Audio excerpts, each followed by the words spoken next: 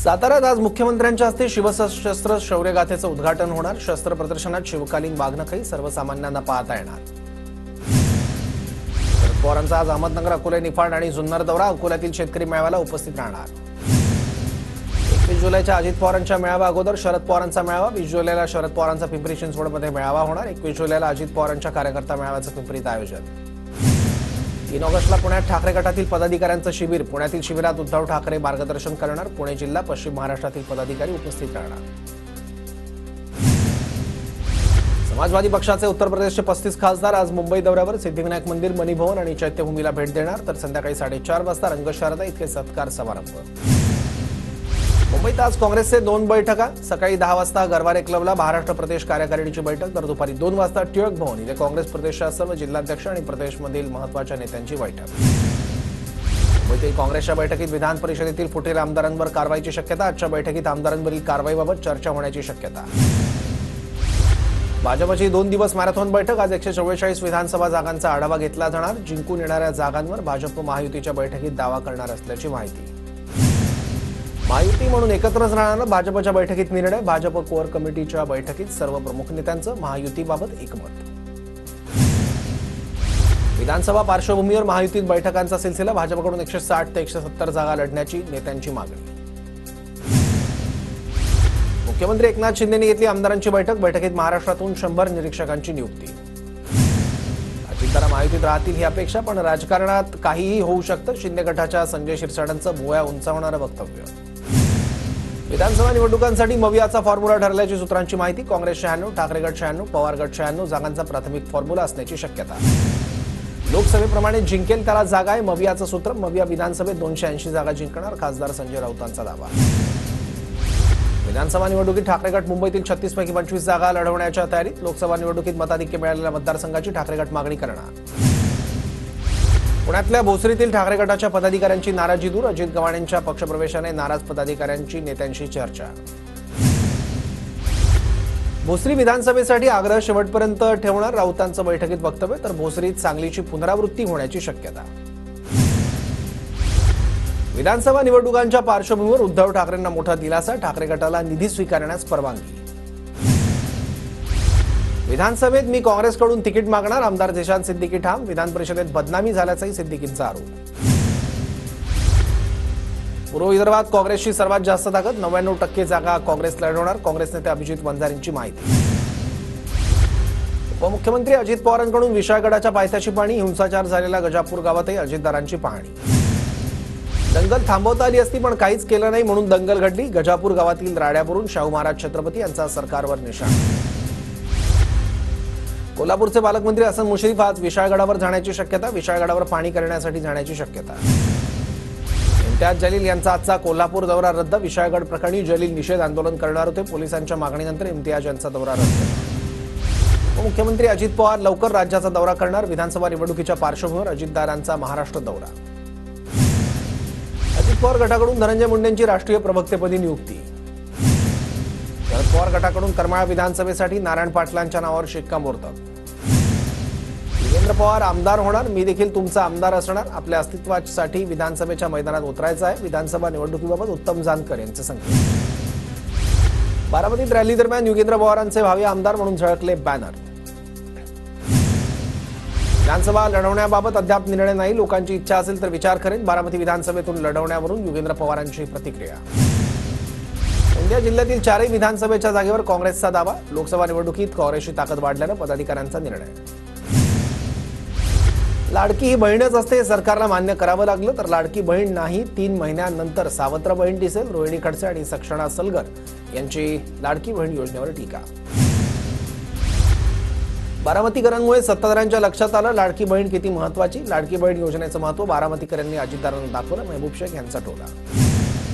शेतकरी संघटनांकडून परिवर्तन आघाडीची घोषणा। परिवर्तन आघाडी आता राज्यात तिसरा पर्याय असणार। शेतकरी चळवळीतील नेत्यांना एकत्र करून आघाडी बनवणार। शेतकरी नेते राजू शेट्टी यांची माहिती। राज्यात तिसरी परिवर्तन आघाडी विधानसभेच्या 288 जागा लढवणार। राज्यातील शेतकरी चळवळीतल्या वामनराव चटप, राजू शेट्टी, शंकरण्णा धोंडगे आणि त्यांच्या संयुक्त बैठकीत निर्णय। माझ्या सगळ्या मागण्या मान्य केल्यास विधानसभा निवडणूक लढणार नाही। माझी जागा मी शिंदेगड किंवा भाजपला देईन, बच्चू कडूंचं विधान। मनोज मनोज जरांगेंच्या शांतता जनजागृती रॅलीचा दुसरा टप्पा 7 ऑगस्टपासून सोलापूर, सांगली, कोल्हापूर, सातारा, पुणे, अहमदनगर आणि नाशिकचा दौरा. अंतरवाली सराटीमध्ये बच्चू कडूंनी मनोज जरांगेंची भेट घेतली. सांगलीत 11 ऑगस्टला ओबीसी समाजाचा महामेळावा. धनगर आरक्षणासंदर्भात शरद पवारांचं मोठं वक्तव्य. मधुजी शिंदे धनगर आरक्षणासाठी सुप्रीम कोर्टात जाणार, त्यांना धनगर आरक्षणासाठी पूर्ण मदत करणार, पवारांचं वक्तव्य. मुंबईत आज मुसळधार पावसाचा अंदाज, हवामान खात्याने वर्तवला अंदाज. रत्नागिरी जिल्ह्यात रात्री मुसळधार पावसाची हजेरी. दक्षिण रत्नागिरीत पावसाच्या जोरदार सरी. अमरावतीच्या चिखलदऱ्यात धुक्याची चादर, चिखलदरा हिरवाईने नटला. पूजा खेडकर अजूनही वाशिमच्या शासकीय विश्रामगृहात मुक्कामी. विश्रामगृहाची बुकिंग उद्या सकाळपर्यंत वाढवली. पूजा खेडकर आज संध्याकाळपर्यंत पुणे किंवा दिल्लीत जाण्याची शक्यता. वादग्रस्त आयएस अधिकारी पूजा खेडकरच्या आई मनोरमा खेडकर यांना 3 दिवसांची पोलीस कोठडी. मनोरमा खेडकरांकडून महाडमध्ये वास्तव्यासाठी खोट्या नावाचा वापर. पार्वती हॉटेलमध्ये इंदुबाई ढाकणे नावाने मनोरमा खेडकरांचं वास्तव्य. दिलीप खेडकरच्या बेहिशोबी मालमत्तेसंदर्भात एसीबीकडून तपास सुरू. दिलीप खेडकर फरार, पोलिसांकडून शोध सुरू. पूजा खेडकर आणि दिलीप खेडकर यांच्यावर कारवाई करण्याची जिल्ह्यातील सरकारी अधिकारी आणि कर्मचाऱ्यांची मागणी. जिल्हाधिकारी सुहास दिवसे यांच्या विरोधात केलेल्या आरोप प्रकरणी विभागीय आयुक्तांना निवेदन.